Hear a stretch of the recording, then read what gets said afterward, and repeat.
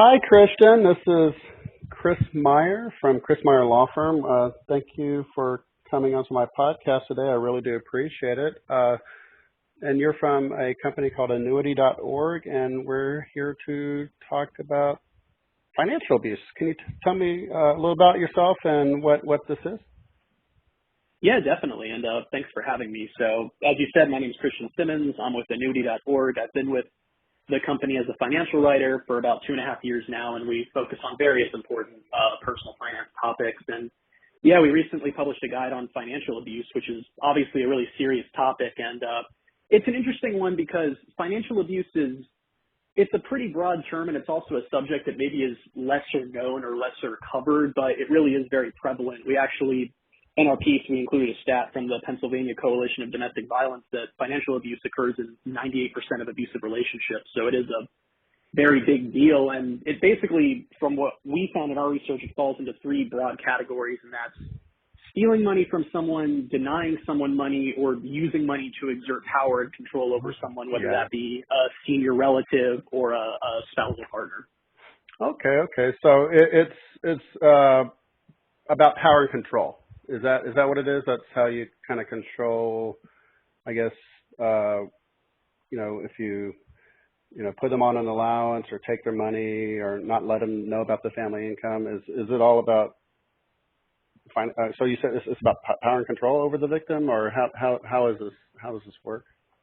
So especially in relationships where it involves a spouse or a partner, absolutely, it is about power because, at the end of the day, for better or worse, money is what makes the world go round, and an abuser can control their victim by controlling that money. You brought up an allowance. That's a very common example of a situation where a spouse is on an allowance or a spouse doesn't have access to a credit card.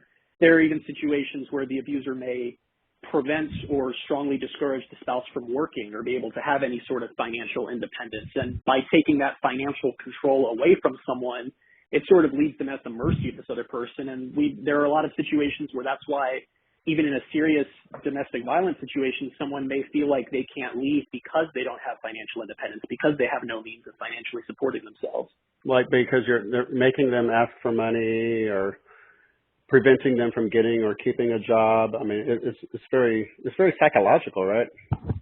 It is. There's a huge psychological component to it, and that's exactly right. And there are situations where, especially in lesser situations too, where someone may not even fully comprehend that they are being abused financially or that they are in that situation, because sometimes abusers will do things of doing just enough or randomly dropping generous gifts on a person to sort of keep them off guard for the fact that they don't have control of their own finances. Oh, interesting. And does this only apply to like husbands and wives, or is it a way to have power over the elderly, or how far does this go?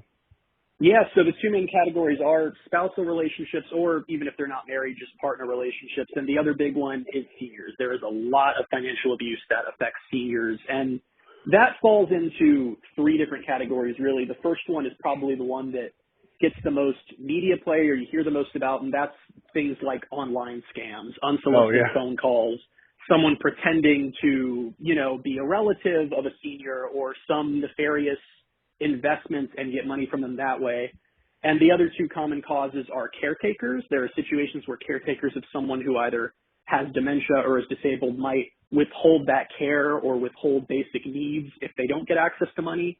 And then there's family members who are responsible for an elderly person in their family who may just start to see that person as a bank. And if that person no longer has access to their finances, the family member may start spending that money, control it as their own, things like that.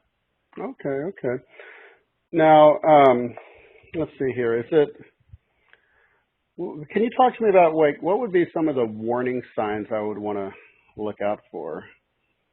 Yeah, so depending on the situation, there are different things to look at, especially if you're looking at maybe a loved one or a family member. So as far as spouses are concerned, like I said earlier, it's important to acknowledge that the victim themselves may not even fully understand that is what is going on, because some abusers are sadly very good at this and knowing what to say and when to say it. But if you have a loved one, you're wondering if there might be financial abuse going on, there are things to look for as far as if one spouse comes off as an authority figure over the other versus an equal. And pay attention to how they talk about money. If they're saying comments like, oh, I can't buy that because they wouldn't let me. If they're referencing an allowance of some sort, and look for financial imbalances too. For example, like one example we had in our piece is that if one spouse is driving this brand new, very expensive car and the other spouse is driving some beat up thing that looks like it was bought at a used car dealership after years of use, things like that are a sign that something might be going on. Now, for seniors and for the elderly, if you have a loved one and you're worried something's going on there, it really is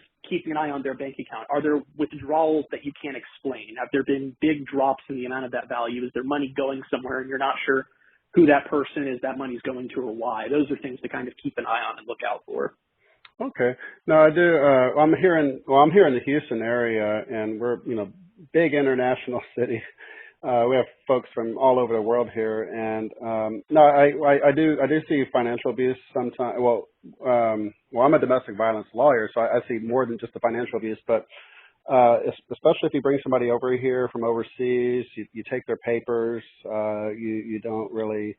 You force them to get a job, but you take them whatever they earn. You take it from them. It actually starts dipping into human trafficking. It gets really scary stuff here. But yeah, if take advantage of the fact that somebody doesn't really speak English, or they don't understand how this country works, or you misinform them about what their legal rights are.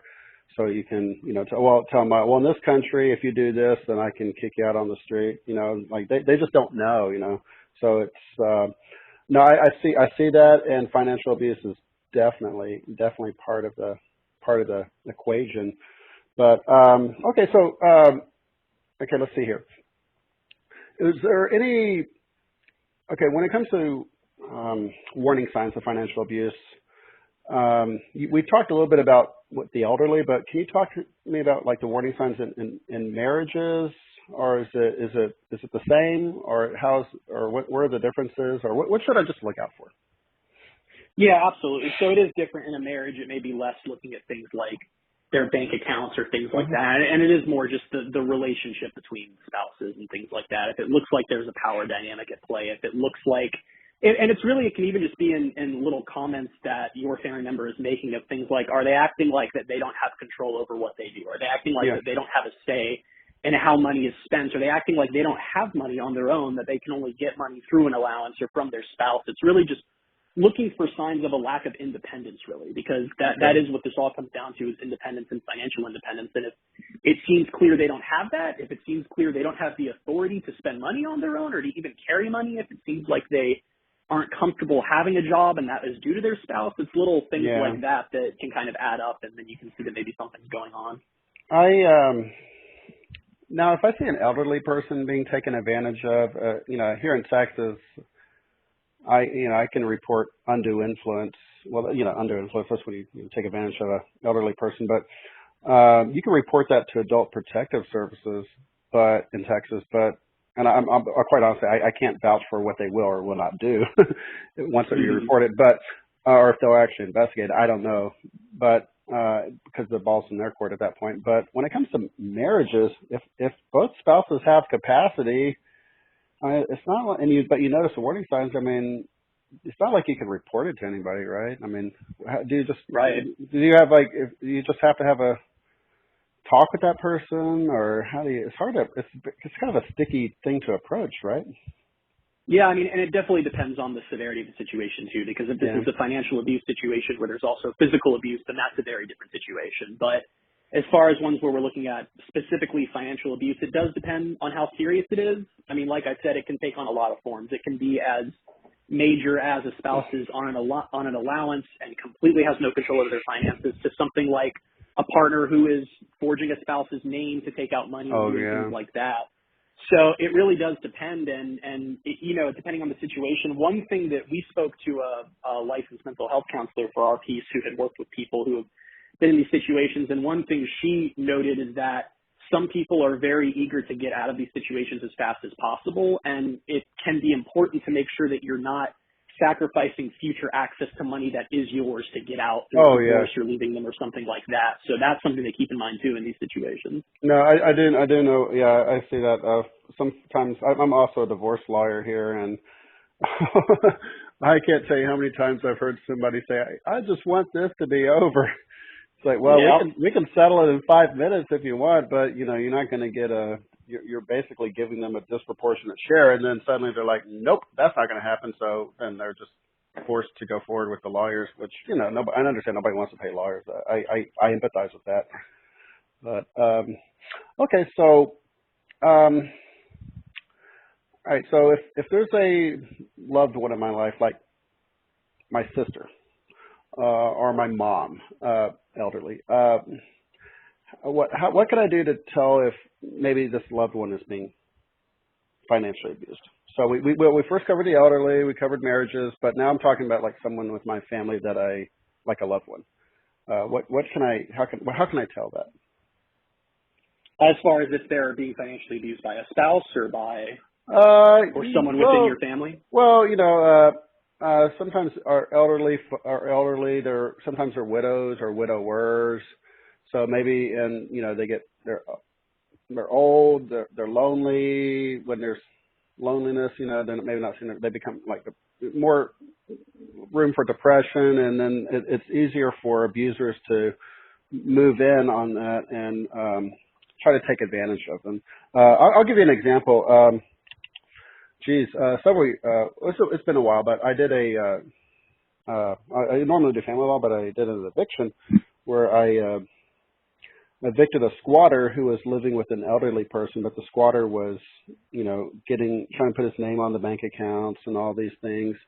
And it was really in the courtroom as an eviction, but in reality it was just a very off the rails undue influence and a lot of warning signs there. So if an adult child thinks maybe grandma is has this new person move in to kind of quote unquote take care of her, but there's a lot of suspicions. I mean, what can we look out for to make sure that she's not signing over her bank accounts or putting somebody on her pension or, signing a power of attorney to a stranger? I mean, I guess what can we ask? What do we look for? Yeah, and those are very serious situations where you have something like that, where you have a family member, especially an elderly family member, who just is misunderstanding a relationship with someone and doesn't understand that they're being scammed. So, and it can be tough from the outside to understand the nature of that relationship. So it's important to just look for the way they refer to things with this person. And it can be as simple as just flat out asking them, oh, have you spent any money on this person? Are you, things like that, to sort of get a better vibe of what that relationship really is. And if you're able, depending on your situation with this family member, if you're able to see their bank account, if there are withdrawals that don't make sense, if there are these big withdrawals that don't make sense, you're not sure where this money is going, it's things like that. And really, it can just be simple as whenever someone new who you're not familiar with enters your family member's life, if you can determine that is a relationship built on finances, or your family member is giving them money, then that could be something to look further into and maybe ask them a little more about what is your relationship with this person. Okay. So we accomplished that task. So we identified the financial abuse. So talk to me. What are some ways to get out of financial abuse? Definitely. So it definitely does depend on the type of financial abuse. For anything where physical abuse is involved or it's serious to that degree, there are plenty of domestic violence and domestic abuse hotlines that can be used to get help.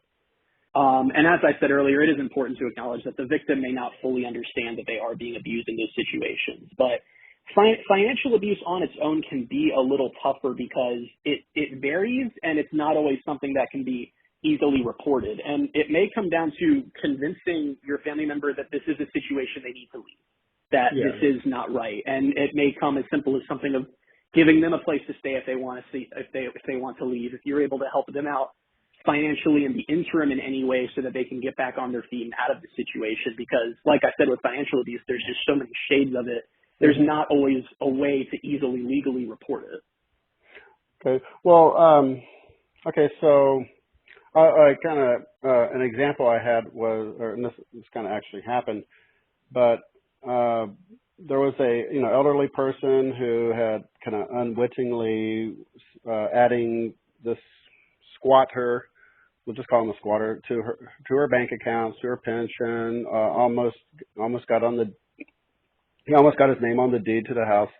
Got her to sign powers of attorney and stuff.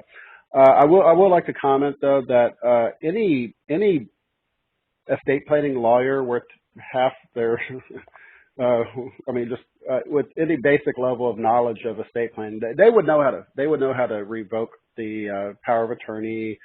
They would know what instructions to give the victim to get the abuser off the bank accounts, things like, and also how to I guess improve the security of their finances. And also a lot of it has to do with like cybersecurity. I see a lot of elderly folks. No disrespect to our elderly folks, but sometimes they're vulnerable to I don't know, like phishing scams, things like cyber scams, things like that, or clicking on links and emails. Just they think there was an email from their bank, and they ended up contacting scammers. So, but any estate planning lawyer would know how to shore that up. But unfortunately, once the money's gone, it's probably gone. I mean, you can't really claw this money back. So. So we acknowledge the damage has been done. The money we're probably not going to get some of that money back. So I guess my question is, how do we rebuild their finances or our finances after this abuse, after the damage? What can we do?